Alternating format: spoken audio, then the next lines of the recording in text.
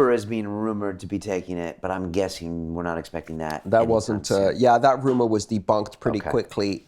There's a lot of complexities but the sharing economy, quite interestingly, is a great opportunity for Bitcoin. You expect that to take off before the retail does, right? Yes. Okay. But more important, actually, the thing I expect to take off first in Bitcoin is very cumbersome cross-border transactions. And there are three categories of that.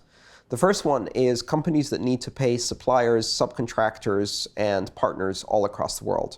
Google has 20,000 affiliates they need to pay every month. Many companies have outsourcing partners, sales partners all over the world. Travel and hospitality companies, airlines, et cetera, parts companies, automotive companies. And these cross-border transactions are horribly expensive, very slow, extremely cumbersome. They have huge overheads and friction. The second one is basic import-export. If you're doing transnational trade, then using a transnational currency actually makes a lot of sense. There are disadvantages with the dollar. There are disadvantages with traditional wire transfers that Bitcoin solves. So it's practical. And then the really interesting one for me is foreign remittances. There are maybe 100 million people who are working as immigrants in developed countries, and they send $560 billion home every year through companies like Western Union and MoneyGram and things like that.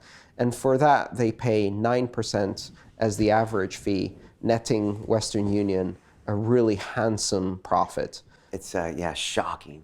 It's absolutely shocking. And a lot of that has to do with political constraints more than anything else.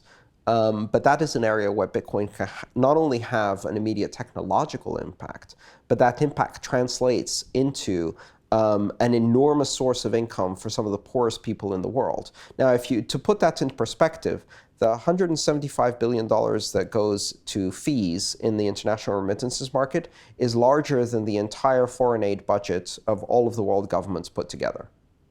So, and you would, instead of putting this in the hands of governments and trickling it down, you give it directly to the poorest people. In fact, you give it directly to women in the poorest countries because they're usually the recipients of remittances, and they will take every single dollar and create $5 of investment in clean water, sanitation, healthcare, education, food, which has an enormous leveraged impact on poverty. Right. So you sent me some statistics on banking. You said more than 2.5 billion people have no access to banking services. 4 billion have extremely limited banking services. Probably like you mentioned, only 1.5 billion people enjoy the kind of international banking that you and I do. Yes. What that means is that I can open a brokerage account in 24 hours, and 24 hours later, I can be trading on the Tokyo Stock Exchange in yen that I use dollars to buy on equities. I could even get a loan from a Japanese bank, or then I could be trading in South Africa. I can repatriate all that money. My government is not going to try to take half of it or kill me for doing this. I can get loans. I can incorporate companies all around the world. I can wire transfer anywhere I want. That is privileged banking. Very few people have that. So what does it mean if you take that capability and you turn it into a capability that can be accessed from a text messaging Nokia 1000 phone that is in the hands of 4 billion people, more people that have access to clean water, in the most rural and remote parts of the world? They now have these devices because they give them a landline to the world. They give them a lifeline to the world of communication.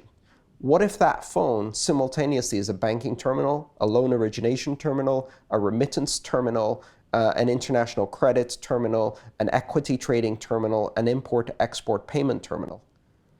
That has much greater implications for what happens in the world than the enormous impact we've seen of cellular telephony in sub-Saharan Africa, Southeast Asia, and Latin America, where it's brought communication to the furthest reaches of the world. If you go into some of these rural places, and I'm not speaking out of first-hand experience for most of them, but I have seen it myself in a few places, if you see a solar panel on a hut, that solar panel is not used to cook. It's not used to watch TV. It's used to charge the only cell phone in the village. That's what it's there for. And that one cell phone connects an entire village to the world. Now that cell phone is a bank. And that is why I'm in Bitcoin. Are we getting any closer to that? No.